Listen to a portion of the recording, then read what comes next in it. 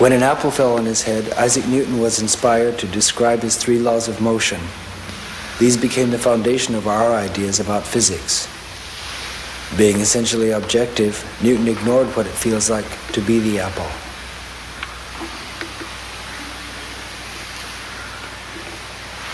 When we get our mass in motion, we rise above the constant call of gravity toward the swinging, circling invitation of centrifugal force. Dancers ride and play these forces.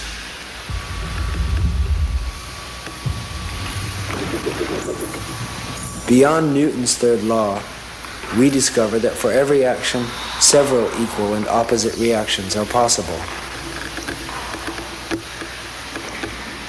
Therein lies an opportunity for improvisation.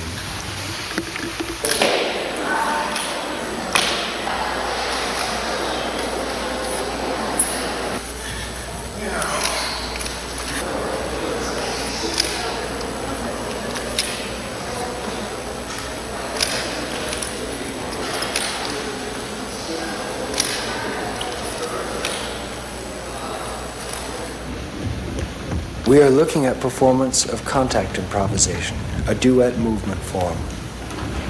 This tape takes a sweeping look over 11 years of practice by Nancy Stark Smith, from her first exposure to the form I was working on when it was new in 1972, through moments chosen from consecutive years of performing with me, Steve Paxton, and with others.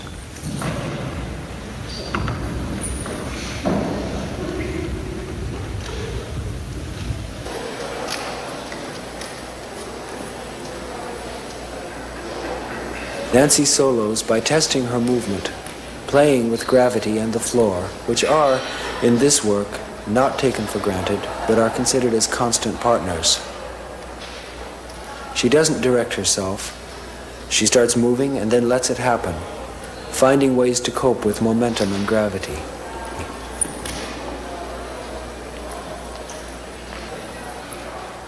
Here, Nancy and her partner Kurt Siddall move to follow the point of touch as it moves, a basic focus for their improvisation.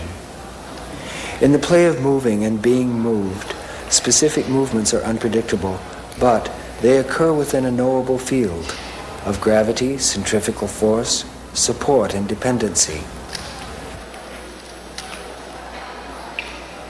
Human touch unites the forces which act upon the body with the sensations they provoke within the body. This interaction makes it possible to keep all the parts of both their bodies harmonizing.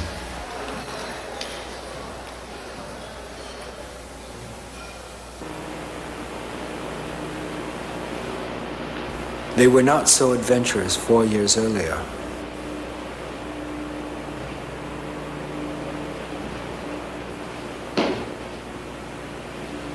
In this first performance of contact improvisation, they were getting used to moving by touch. By feeling their way, they brought back clues about the form and about themselves and their perceptions.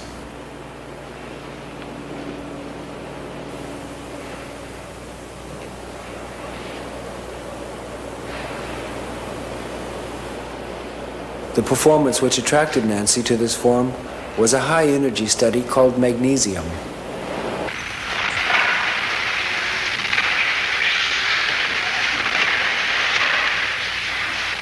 I made Magnesium for a group of men at Oberlin College.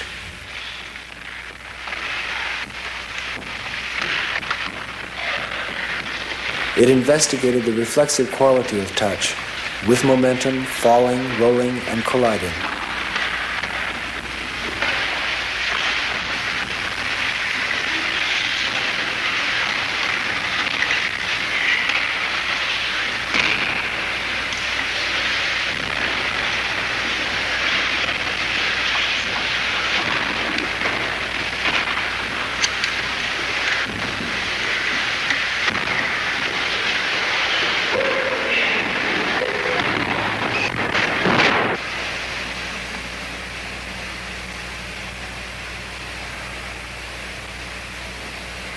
Magnesium ends with 5 minutes of standing to draw a great distinction in the scale of movement.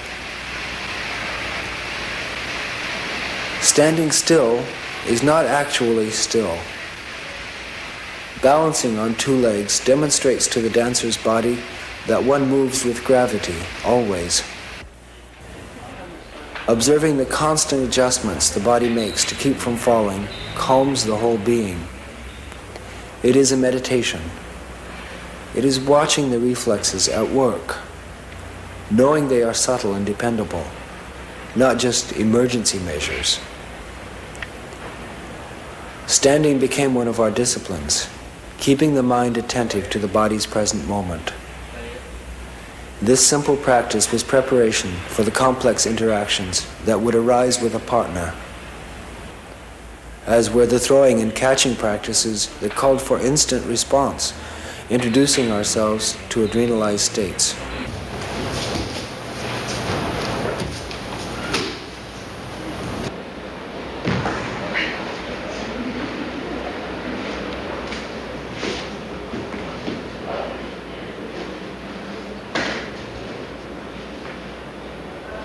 At first, there seemed to be only two options: trying to follow the flow of communication or resisting it.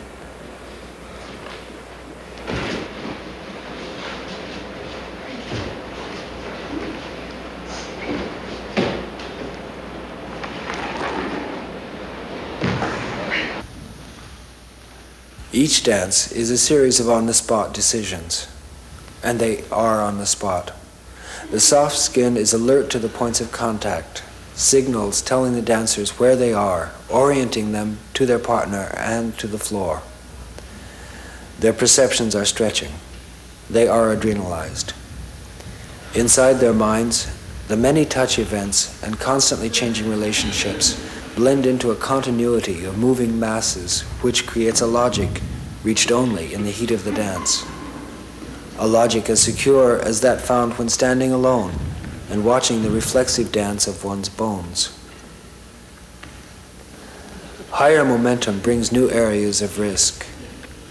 In order to develop this aspect of the form, we had to be able to survive it.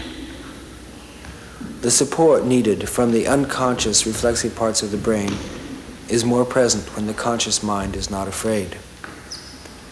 The calmness of standing is extended into the fall.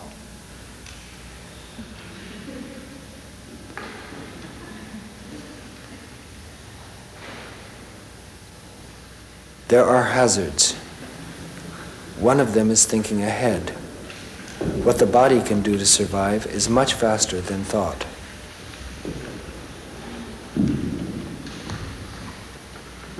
It is useful to retrain the reflexes to extend the limbs rather than contract them during a fall. This fall is very disorienting. Nancy's arms manage to cradle her back, and this spreads the impact onto a greater area. And she doesn't stop moving.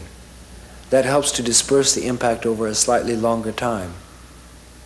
She doesn't seem bothered.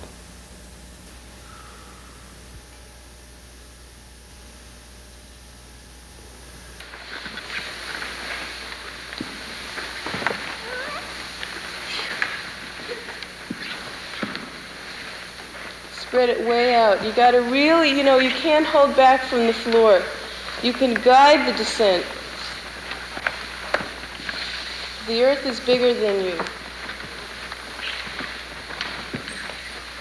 So you might as well coordinate with it.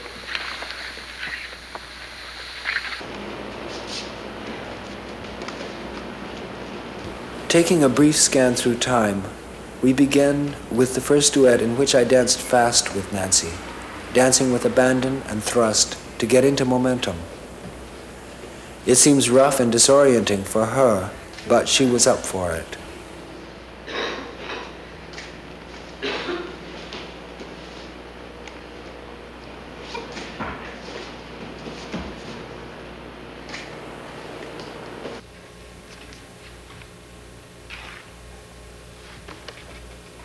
One year later, the sensation of movement was more continuous, the flow of movement longer. There was more time to feel what was happening.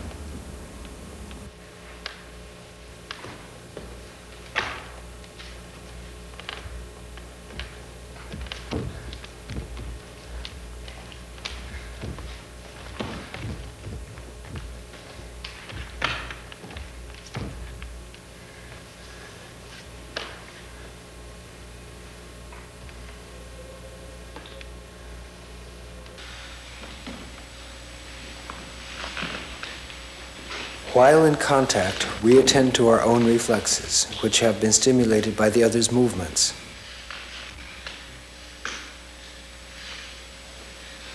Our reflexes move us, and this causes our partner to move. This cycle of movement responses is continuous and forms the basis of the dialogue.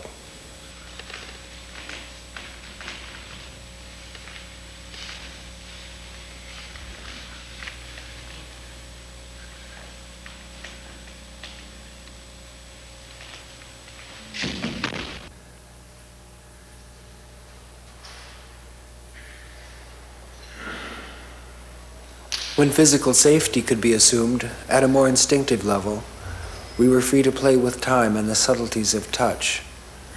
Phrases of movement could be extended indefinitely when we no longer needed to stop and check our situation.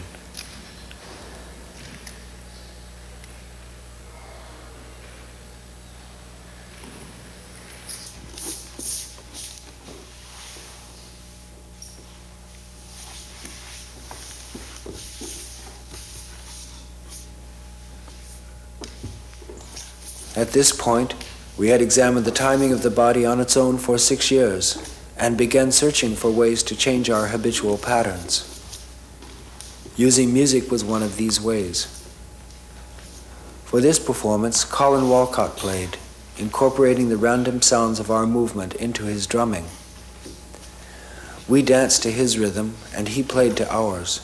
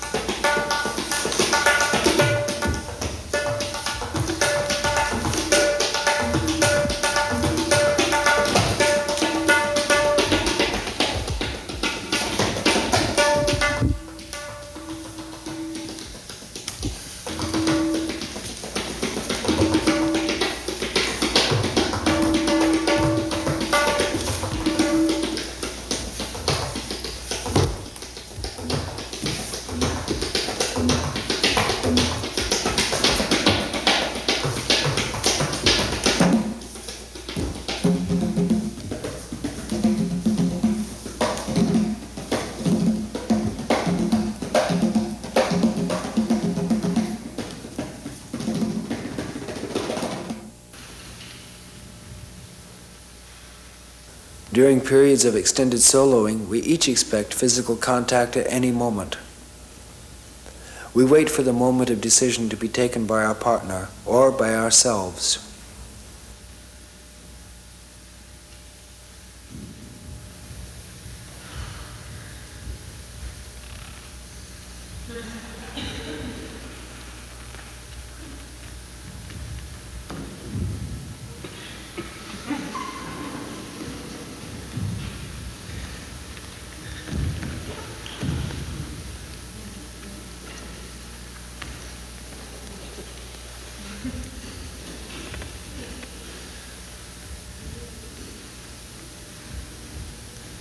Over the years, the principles underlying our movement remain the same. As the senses expand into spherical space and the muscular system learns to respond to touch on any surface of the body, any point can be the fulcrum for leverage and continuity.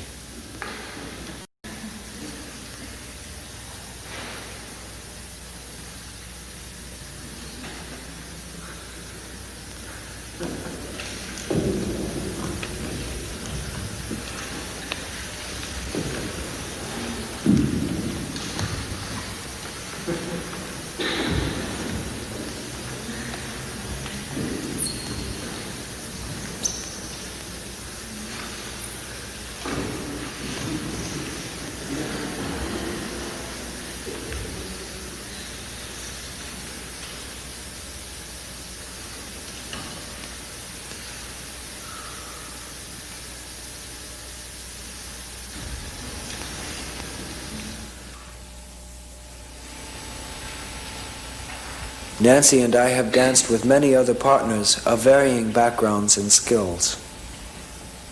Each partner poses their own kinetic puzzles, which were danced through, contributing new elements to the body of work, the network of contact improvisation.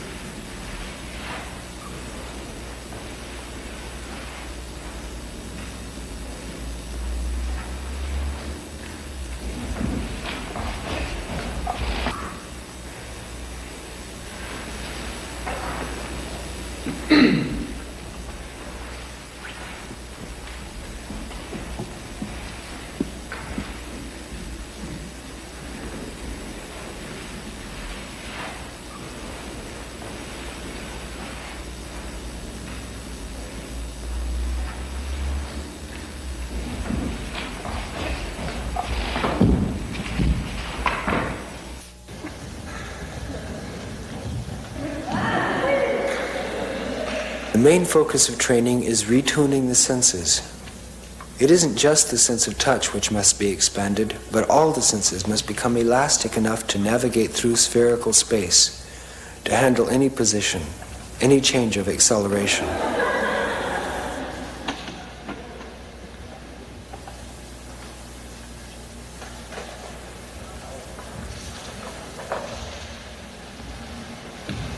It seems that what has emerged is two bodies acting as one within the domain of the physical forces. Newton proposed ideas about the forces and their interaction. In addition, contact deals with ideas or images which are sensations first, then felt by the mind. Every person who has danced contact improvisation taught their variation to their partners. This network spreads information among us. As a member of the first generation to study contact improvisation, Nancy not only learned it, but helped to define it by the direction her training took her. When she began, no one knew what sort of body would result from the practice, nor what properties would be developed.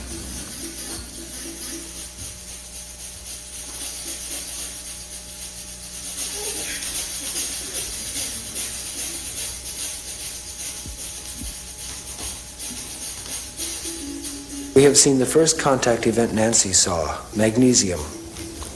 This piece must have left an impression upon her, which in turn must have been altered by the development of the duet form. We have been able to see Nancy's physical change in the early years of her study, and the development of her performance style. In looking at performance footage mainly, we have seen little of the daily work, but have seen the public forums in which contact improvisation became widely defined. In looking at Nancy's development over 11 years, we've seen one strand of the physically rigorous and interwoven structure of contact improvisation.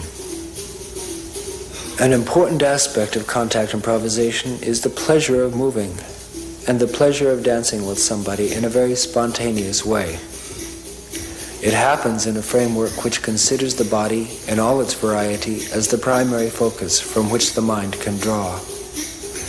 With this, the dance is refinable to ever more precise relationships with the physical forces.